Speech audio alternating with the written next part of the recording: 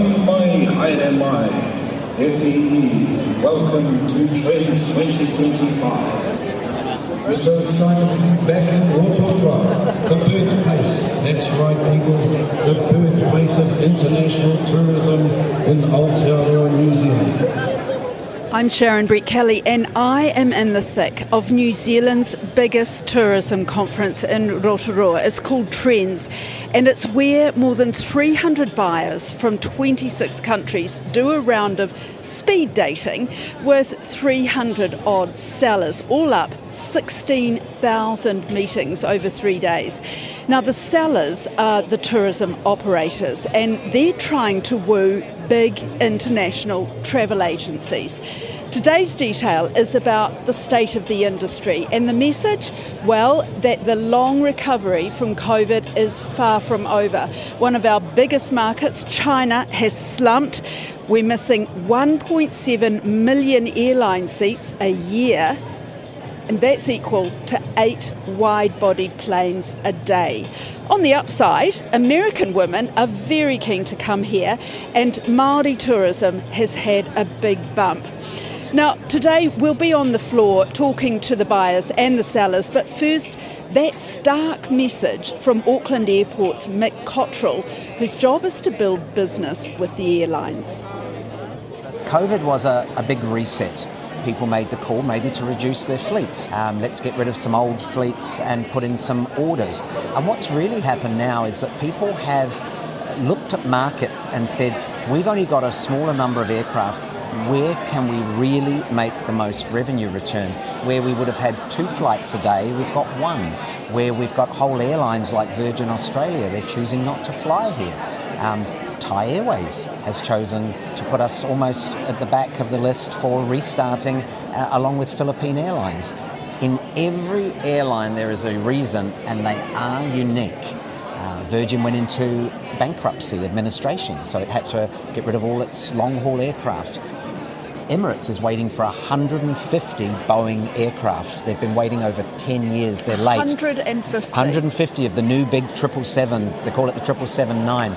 So behind every airline there's a reason, and for us it's taking a little bit longer because we saw that other countries are ahead of us. Yeah, so we're 90% of pre-COVID levels in terms of capacity. Correct. The rest of the world pretty much is ahead of pre-COVID levels. Correct. So we are what's called a long, thin route. And what does that mean? Well, for example, if I'm based in America and I have the choice of going to a flight down to New Zealand or a flight over to Europe, I can get to Europe in 8-9 hours. I can turn that plane back and bring it back. And that one plane can run that daily service, just the one. When you've got a 14-hour flight down to New Zealand, you're probably going to have to put a couple of aircraft on it because of its distance. So it does mean that there has been a prioritisation potentially on nearer destinations than our long haul. But Sharon, it's different in different areas. We're seeing it differently. So in North America, for example, we have more seats than we had before, and we have strong what we call demand. North Americans love coming down here at the moment. The proposition is fantastic. All of that fatigue, whether it's political or whatever, they come down here for air. We're also cheap. A $50 main meal at a restaurant that we go, oh my goodness, they go, $25? That's good value. So our New Zealand dollar is good value for them. So plenty of seats, 7 airlines, 7 cities they can come out of, more seats than they've ever had before. So that's a market where we're doing well. Others not so. No, and one of those markets is India. We have no direct flights between India and New Zealand. The country with the biggest population and a huge connection with its people. Absolutely. We have approximate number here, around 300,000 diaspora and growing. So Air New Zealand and Air India have announced an aspiration to get to India, but it is still a long way out. It's 2028. So we think that if somebody moves a bit quicker, it's going to be that first mover advantage. But you're right, it's the major call out that we are not connected to India. China also, very soft. Very soft. Now in China's case, We have 9% more seats than we had in 2019. We've got 5 airlines, 26 routes. So we've got a lot of Chinese carriers coming here. What we don't have is what we call the demand, or the travellers that we used to see. We had a lot of visitation where potentially middle-aged, middle-class market just used to buy a tour, and it took them to Australia, through New Zealand and back to China. Those shopping tours or those large groups has almost gone, and now what we have is what we call free independent travellers. But these massive group movements of Chinese, we believe, have fundamentally gone, and now the market is looking like other countries where individuals, very small groups, 2 and 4, 6 come through. So we believe that China is going to take a long time to recover. I'm using my words carefully because we can't see too far out, but we are still almost only half the Chinese, but it's not for lack of seats. We need to really change the way we've got to entice the independent traveller from China back. Right. They've got a soft economy, they're holding on to their money. The young ones seem to be more of travelling, but the middle classes are being very conservative. They are not travelling so much and holding on to their money. So lots of seats. Another very interesting number that you have put out there is that the wait for new planes, the big wide-body planes, 10 years. Yeah, 10 absolutely. years. I know, it's incredible. You know, Boeing with supplier issues and so forth, it's taking Boeing a long time to get planes out. These aircraft manufacturers are really consolidating lots and lots of suppliers. And so if they're having challenges, everything slows down. So whilst we are now seeing that people have ordered aircraft, but they're not arriving. Any hope on the horizon? Now, we think that those aircraft deliveries will really pick up in 2027, so we're a couple of seasons out. We do have a long-term plan. You saw us announce today Qantas flying from Auckland to Perth, bringing competition to Perth, and then straight on to Johannesburg. So this is going to be the quickest way to get to South Africa and the quickest way for South Africans to get to New Zealand. We've been working with Turkish Airlines. We are working with many airlines to make sure that when that aircraft gets delivered, it's already got a post-it note on it saying fly to New Zealand, if that makes sense. And so we are confident that the demand and the want to come to New Zealand is there, notwithstanding the China market, but globally our brand is intact. So keep your eyes on 27. But it's good to unpack the reality that they aren't going to be here in a couple of months' time. So lots of Kiwi entrepreneurs showing off their tourist offerings here today, determined to put their best feet forward in spite of the headwinds. My colleague Alexia Russell and I spoke to some of them, starting with Teresa Fogarty from Enterprise Dunedin. So we're here as Destination, so for Enterprise Dunedin we have 8 different operators from Dunedin with us here today. So we're just trying to let people know of the variety of experiences that are here in Dunedin that we have on offer. And who will you meet here that you wouldn't have had the opportunity normally to connect with? So here we meet with international buyers, so those are the people overseas that will sell to all of the clients who are dreaming about their bucket list destination in New Zealand, coming to Dunedin. So we would never be able to go to India or to America to meet with these people. So bringing these great buyers together in one place is what Trends is all about, so that we can come here and meet with these people and get our product in front of a huge amount of people from all over the world. And have you been able to put a dollar figure on how much this is worth to you? We haven't done that yet, but I think that's an interesting thing. I'm sure TIA probably have some numbers around that and what they bring in, but I know that some of our operators in previous years have said they come along, the spend that they have on the booth coming to here is more than paid for on the day with bookings, and then that just leads into years and years of relationships and more bookings that come through from that. So they really see a benefit of it coming along to this. It can be for small operators, it can be a big chunk of their budget coming to Trends, but when they're able to get buyers to sign on the day and then be able to work on them and then gradually increase the numbers that come through and the worth of those tours, they're the relationships that keep going for years and years. Fantastic. And we heard from Mick Cottrell this morning on capacity. Does it worry you that we really haven't hit that last kind of 10-15%, right? Yeah, it's a problem. So I think the capacity needs to come back. And as they were saying, you know, when the capacity's not there, it drives the prices up. And that price point being a thing that people are really worried about around the world at the moment. My name is Alice Orr and I am the Sales and Marketing Manager for Escape Aviation, the tourism portfolio for Heliseeker. So Heliseeker has been operating for the last 30 years in and around the Taupo region, specialising in flying hunters and fishermen into the Kaimanawa Ranges. But we have since grown our tourism portfolio to Escape Aviation. So Escape Aviation is a very, very new brand. So it's just, we're here trying to let the agents know that it's our new look and feel, basically. And what does coming to Trends give you?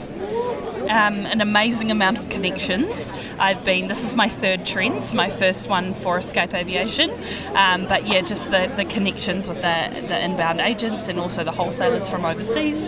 It's pretty incredible. Listening to some of the talks this morning, I was really interested to hear that the North American market, a lot of the feminisation of travellers from North America. Are you seeing that with your glamping and your wellness and the wealthy woman traveller? Yeah, absolutely. So North American market's our biggest market. So we work really closely with Poronui Lodge. So we fly a lot of hunters and fishermen, mainly fishermen from Poronui, into the rivers. And it's so cool to be out at our Heliseeker Poronui site this year and seeing how many female fly fishing women, I guess you'd call them, coming through this season. Lani Hepi from Ngāti Awa Tourism in Whakatane was out promoting the Motuhora Island Sanctuary. You've come from Whakatane, so not too big a trip, but is it worth it? What do you hope to achieve today? Oh, absolutely. And the aim of today and this week is to look at growing our market in terms of tourism. So our particular Motuhora product has been on market for around 5 years. So it is a mature product, but there is a need to diversify our market and lean towards different countries, different potential, and hopefully bring them all the way over the hill to Whakatane. You've got sort of two tourism irons in the fire, haven't you? Because from the talks this morning, Maori tourism's doing really well and environmental tourism. So how are you able to hook into those two things to try and attract people? Well, first and foremost, Ngāti Awa Tourism is owned by iwi, so we have 22,000 registered members located and dotted throughout the world, and we owe it to them to return not only a financial return but also recognition in terms of their place in the world, and that just places an emphasis on culture. And that's ultimately where our value line is for both our top and bottom line, to ensure that we're telling the stories of our people, we're sharing the places and sacred places of our people, and ultimately returning to our people. So the combination of ecotourism and Māori tourism is a reciprocal balance, and it goes hand in hand. Did the incident at White Island, the closure and the subsequent closure, did that rebound on Whakatane businesses? Significantly. It was a significant interrupter and will continue to be for many, many years to come. It's taught us how to be stronger. It's taught us how to work together more and how to lean on our community in a way that we've never had before. And the trickle of COVID obviously has impacted the country, but that, as well as an eruption, has hurt us incredibly. Philip Mildenhall is from Zozo Travel in Wellington. He does small group food, wine and sightseeing tours around the Wairarapa. His business is going against the grain of those struggling with reduced international capacity on airline seats, and he's not the only one. We're probably heading in the other direction, mainly because we have been relatively small for so long, so our capacity is getting bigger, so there's still demand for our products, but cruise ship season, for example, is big for us, and that's been down. But we've never been able to look after the demand over those periods anyway. So we're not as big as a lot of the other companies here, so it's a slightly different problem for us. Right. Quick chat back, John. Yep. So you are Capital Personalised Tours. Yes. So what is that sort of upmarket tours? It is, of the yeah. We city? tend to take smaller groups and four-wheel drive, luxury four-wheel drives. And yeah, we've got quite a variety of tours. And yeah, a lot of cruise ship passengers, but a lot of connections with inbound tour operators as well. How are things for you at the moment? Yeah, I mean, after COVID, we're actually doing double what we were doing before COVID, because we were a smaller company, so quite easy for us to go into hibernation, and some of the bigger companies laid off their staff and sold their vehicles, and we picked up a lot of their work. So yeah, we've got 5 guides working for us now. So yeah. What do you want out of this conference? More connections, yeah, and just meeting some of the fellow tour operators as well, and getting a few more insights into how they're doing. But what about those buyers? Well, we met July Jiang. She runs an Auckland-based tour operation that helps bring Chinese groups to New Zealand. Her experience pretty much backs up what speakers here are saying, that Chinese tourism hasn't bounced back. I think the economic situation, the whole world is not very well, especially in China. I think the economic situation influenced the income of the Chinese people. Another reason is I think New Zealand is a very expensive destination now. So they have several choices. They can go to New Zealand, also they can choose some better, cheaper destinations such as Europe. That's quite cheap. So what can we do to change that? Do we have to start offering New Zealand to people to whom that doesn't matter? Trying to attract wealthier tourists? Yes, this is what we want to do. So we want to attract a very wealthy person to visit New Zealand.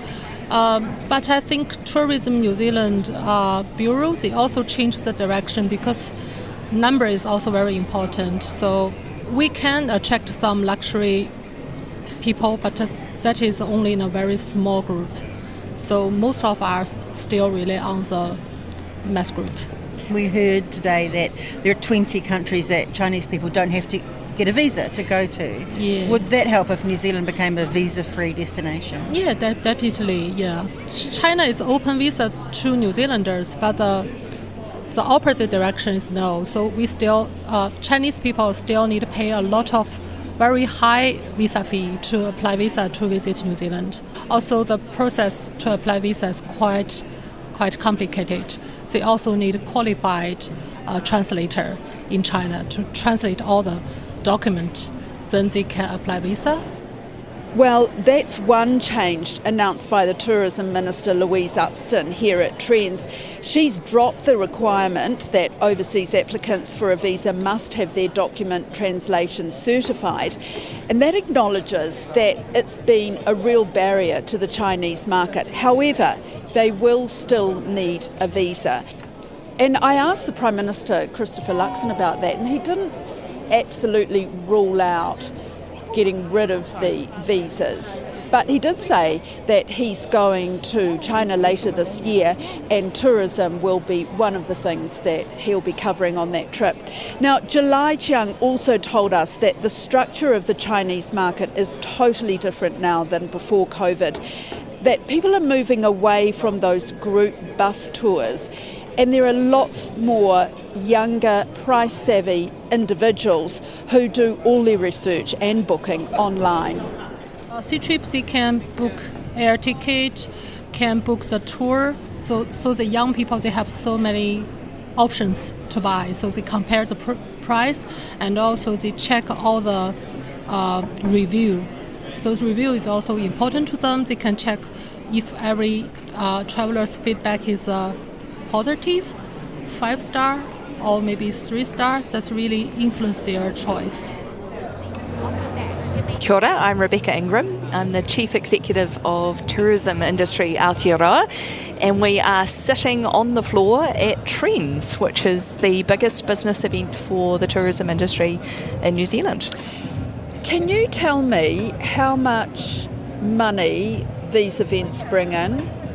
Trends is a real strategic asset for New Zealand. It's been running for 31 years and its benefits are multifaceted. So there is the fact that we are in Rotorua for this event. There are 1,200 delegates here, including over 300 international buyers. So those people who live offshore and have come to New Zealand specifically because we're hosting the event. And the fact that Trends is in Rotorua this week will deliver at least $3 million worth of economic impact for the city. Then there is the business that's done at Trends. So all of these travel trade buyers are meeting with over 300 New Zealand businesses. This week they will hold...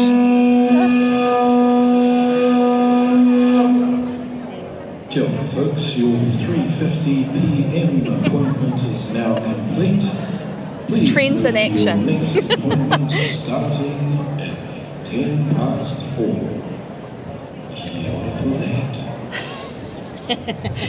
So together our 1,200 delegates will hold 16,000 business meetings this week, and the business that gets done from those conversations will bring multiple years worth of benefit. So we estimate about 14% of all of the tourism businesses that are here from New Zealand will generate more than $1 million worth of turnover as a result of Trends this year. And that is really consequential because it means that they can hire more people. It means that their business is going to be really healthy. They've got a lot of confidence to invest because they've done these deals.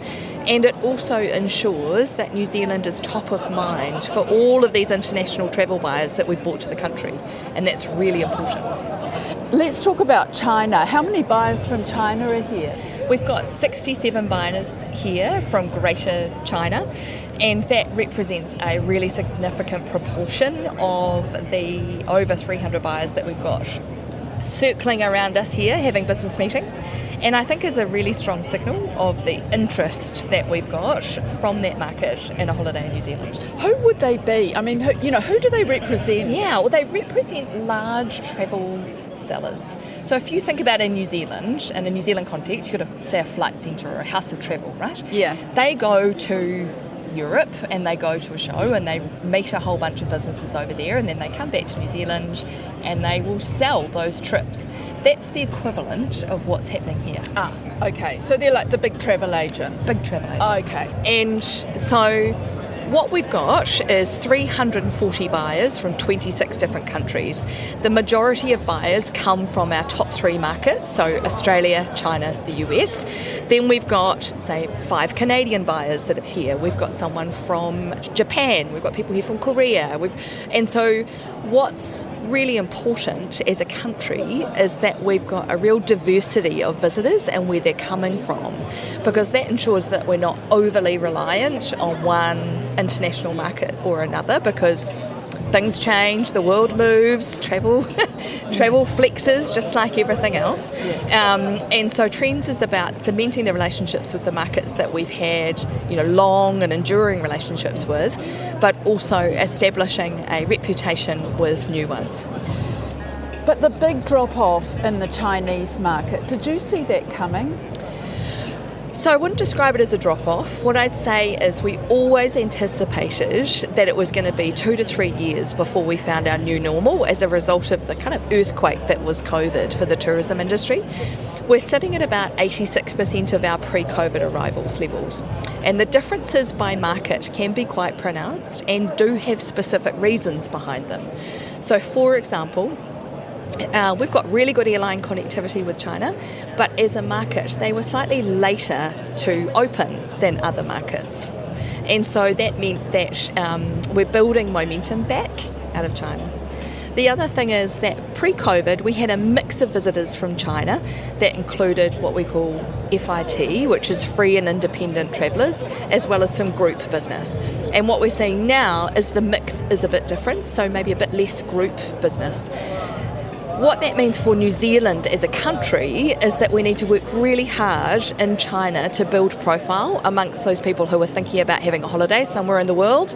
We need to showcase what we've got, and we need to make sure that a holiday in New Zealand looks both appealing and accessible. And an event like Trends, where we bring those buyers down from China, is an essential ingredient, because there's nothing like a face-to-face conversation and a real experience, because those buyers from China have been out this morning experiencing different activities in Rotorua to really cement what we offer and why it's great for their customers back home. But is that your biggest worry, given that, I mean, you're saying it hasn't been a drop-off, but a significant loss? What I'd say is it's about how we're recovering for that market and how we're building momentum. What's important, incredibly important, is that we don't take for granted the fact that people around the world are thinking about a holiday in New Zealand. We have to compete for it, and we have to show them that a holiday in New Zealand makes sense right now, and that what we've got to offer them is world class. Rebecca says the tourism industry in New Zealand is now worth about $40 billion a year. That's the same as it was pre-COVID. But it's now our number 2 export earner behind dairy, and the industry obviously wants to get it back to being number 1. And one of the messages that's come across from our industry leaders at this conference is that New Zealand is open for business to anyone, anywhere, anytime. Because it's not just about tourism businesses. There are 300,000 jobs in New Zealand that are there because of tourism. So it's 1 in 10 jobs in New Zealand created by the tourism industry. So when we're growing, we're making a difference for communities, we're making a difference for people's careers, for their households, for the ripple effect that it creates across the country. And so a strong tourism industry is really good for New Zealand. That's it from us from the Trends 2025 conference in Rotorua. The Detail is a newsroom production supported by RNZ and NZ On Air. This episode was engineered by Rangi Poick and produced by Alexia Russell. Thanks to everyone at Trends who spoke to us and helped us find the buffet table. I'm Sharon Brett Kelly. Mā te wā.